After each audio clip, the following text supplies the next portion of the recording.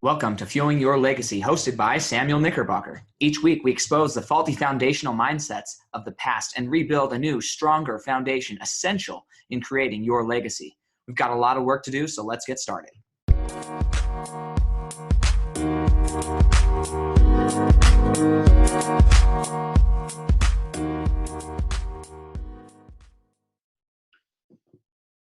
Welcome back to Fuel Your Legacy.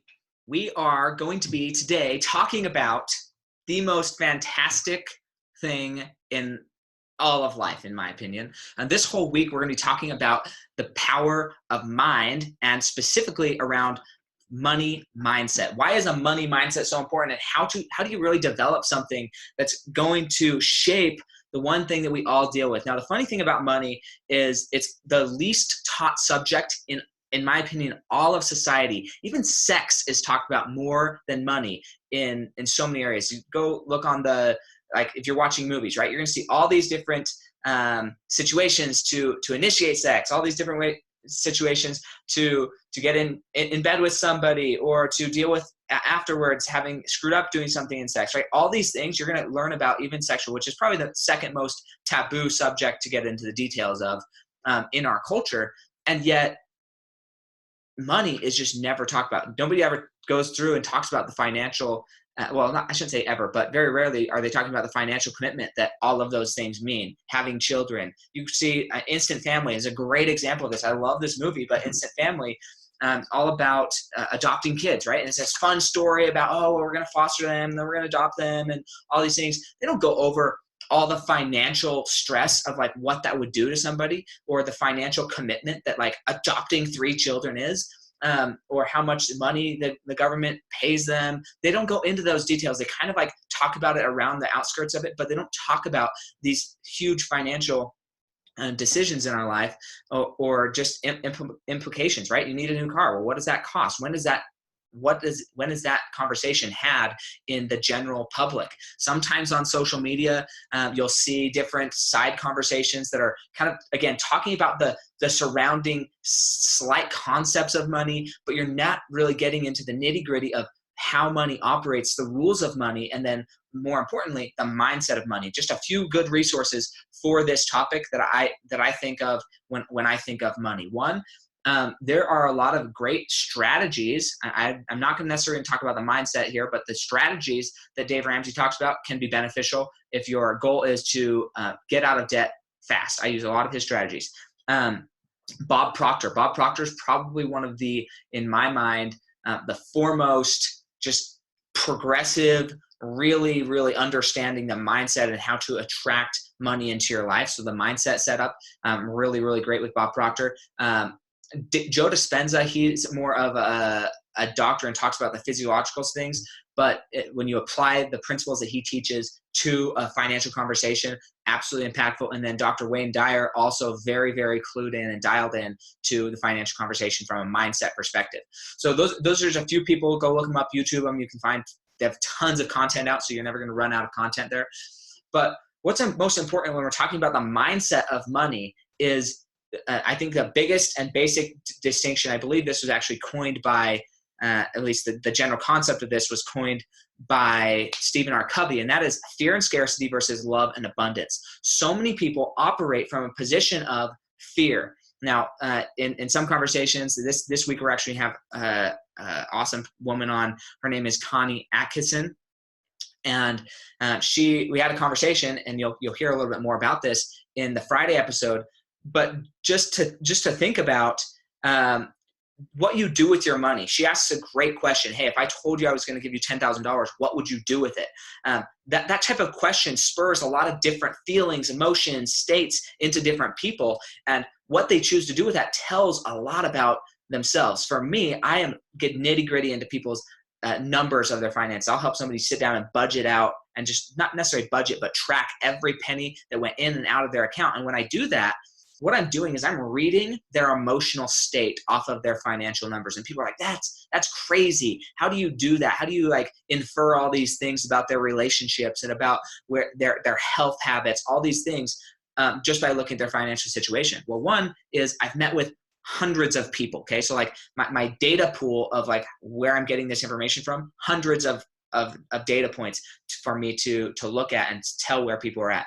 But more importantly is I've sat down with these people, and the emotional aspect of where your money's going tells a beautiful story or a disastrous story about where you're going to end up, right? There's a great book. I did a review on it, Willpower Doesn't Work.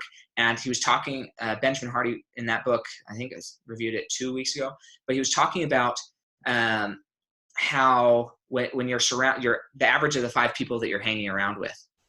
And he could tell by simple, small habits that they were creating in the beginning, different words they were using, different ways they were treating their spouse, their children, things like that, where they were going to end up in 5 to 10 years, because he has the same type of foreseeable information based on his experiences that I have in the financial world. And so it really is, when I see these small little habits, these small little things, it changes the way it changes how I address and help somebody, because now I know where they're at mentally, right? If I know that you're putting any extra towards your debt, that like low interest debt. Now I'm talking about low interest debt, I'm talking about housing, the house that you're not planning on living in, right? If you're paying off aggressively a house that you're not planning on retiring in, you're in many cases losing money.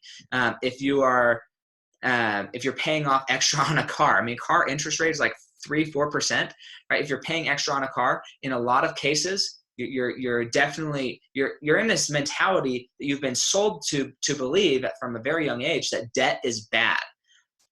Where for me, debt is not necessarily bad. Debt is a tool to be used skillfully, right? If I'm paying 4% interest to a creditor for letting me borrow their money, and I'm earning 8 to 9% somewhere else, I'm earning way more money than I'm paying in debt, right? I don't care about how much I owe somebody. What I care about is my ability to pay them back. I'm not seeking a debt-free life. I'm seeking financial independence. And what I choose to focus on, I will ultimately retrieve and get.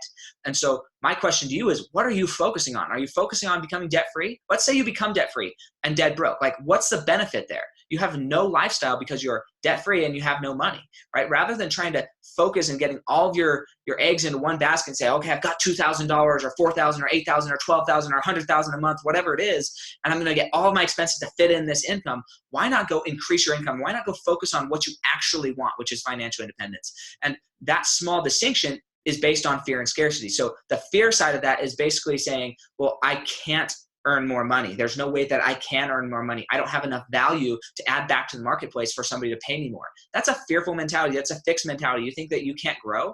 Look, I'll tell you right now, you can grow. You are an incredible individual. You're infinite in possibilities. You have an imagination that when you really let it take off, it can imagine the most wondrous things in life or the most terrible things, right? It's up to you how you direct that. But you are an absolutely incredible individual and human being, and as such you have complete power over what your life looks like, and how you view it, your perception of your life. And so living in fear and scarcity, those people, they're going to either be hoarding money, they're going to be locking it away for a rainy day, or they're going to be spending it so fast because they just don't know how long it's going to hold its value or when it's going to leave. So they just spend it so they can have a tangible object rather than something that's actually going to benefit them long-term. So that's like a fear and scarcity mindset. The love and abundance mindset is completely different. We're not emotionally attached to money itself. We have no emotional reaction to getting paid $100,000 or $10,000 or $15,000. It doesn't change our state of happiness or joy at all. Now, what we do with that money may change that state of joy, but the actual fact of having that much money in a bank account, I don't feel any better this month having earned around $15,000 than I did in February where I earned less than $1,000, right? My emotional state, it's essentially the same. I know that as I continue to add value to society, that my needs are going to be met and I'm going to be satisfied with that. Now, the benefit comes in, what do you do with the excess? What do you do with that money, and how emotionally attached to it are you? If I was emotionally attached to how poorly I was paid, right, we could say that, in February, then I would have gotten depressed. I would have rested on my laurels or thought, oh man, I need to go do something else. I would have not really felt confident about myself. But rather than be emotionally attached to that in a negative way, I could say, wow, what a an incredible opportunity for room for improvement, right? And then the next month made 10 grand. The next month made 8 grand. This month made 15 grand, right? Like being able to not be emotionally attached to it allows you to increase, right? I'm not getting super excited about what I'm earning. I'm still thinking, wow, I can do better. I can add more value. Not I can earn more income. I can add more value. That I'm not capped out on how much value I can add to people. And that takes a specific money mindset. People who live in love and abundance, they're extremely willing to serve. They're extremely willing to give of themselves and their resources to bless and help and lift others up. Now, sometimes in the process of giving, it's necessary for you to request some type of compensation back. Not because you need the money, but because this other person, they need to be willing to sacrifice something so they can receive.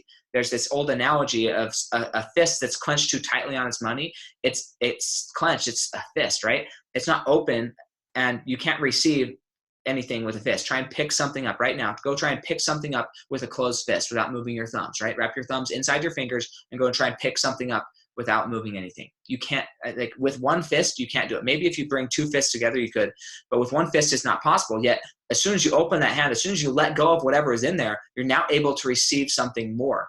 And that's really one of the best analogies for a love and abundance mindset versus a fear and scarcity mindset. A clenched fist versus an open hand. What are you giving? What are you releasing in your life so that you are able to receive more? We're going to dive a lot more into that. This week I'm super excited. I have listened to Rachel Hollis multiple times. Her podcast, she has a great podcast, the Rise Together podcast with her and her husband, and then just Rise. And that both of those podcasts, Rachel Hollis, she's phenomenal. I love what she's doing, super authentic, and really just willing to say everything that's on her heart and not scared of any taboo subjects. I love that about her. But we are going to review her latest book, Girl Stop Apologizing. And I'm super excited for that because it has some wonderful nuggets about how to construct your life, things to do to just create a more loving and abundant lifestyle. And who needs to be loved first. We're going to address that there. And then on Friday, as I said, we're going to have Connie Atkisson on there. You can follow her on Instagram or Facebook. She's an incredible woman doing incredible things, has led a very successful career in multiple areas as a mother, as a quilter, and just a bunch of different things. And now she's honing her skills into coaching people on how to get in the proper financial mindset to really live a legacy of meaning. And that's why I had her on the show, because I just love what she's doing. I love her energy and love how she's impacting and adding value back into society. Meanwhile, this Friday, I will actually be, Friday and Saturday, I'm going to be speaking at the Wealth Mastermind, Sustainable Wealth Mastermind that's being put on in Sandy, Utah at the Hyatt House right there by the Mountain America Hale Center Theater. And this is being put on by Tiffany Barnes. I did an episode with her, an interview a few weeks back. Go check her out. And she is incredible. The things that she's doing, the things that she's producing and bringing to the world. This girl was a millionaire by age 28. Okay, think of that. Like, what if you were a millionaire by age 28? I don't know what age you are, but just think, what would your life be like if you were a millionaire by age 28? And that millionaire status not only what was there, but you had sustainable wealth, sustainable income that you could retire and not have to do anything. I mean, this girl started multiple charities. She's just on fire. She loves what she's doing. She loves adding value and just serving and blessing other people and helping them get to the point where she's been.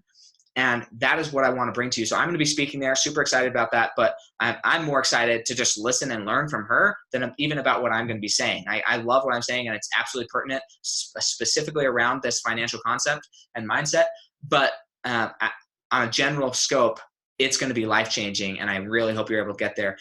You can go to my website, samknickerbocker.com, click on speaking, and get access to the sign-up page there and to get registered. Also, if you are interested in getting a discount, right now we can get it for $97. I will be able to get you that discount so you can get $97 tickets. It is a 2-day thing, and that $97 covers both days. So looking forward to seeing you there, and we'll catch you next time on Fuel Your Legacy.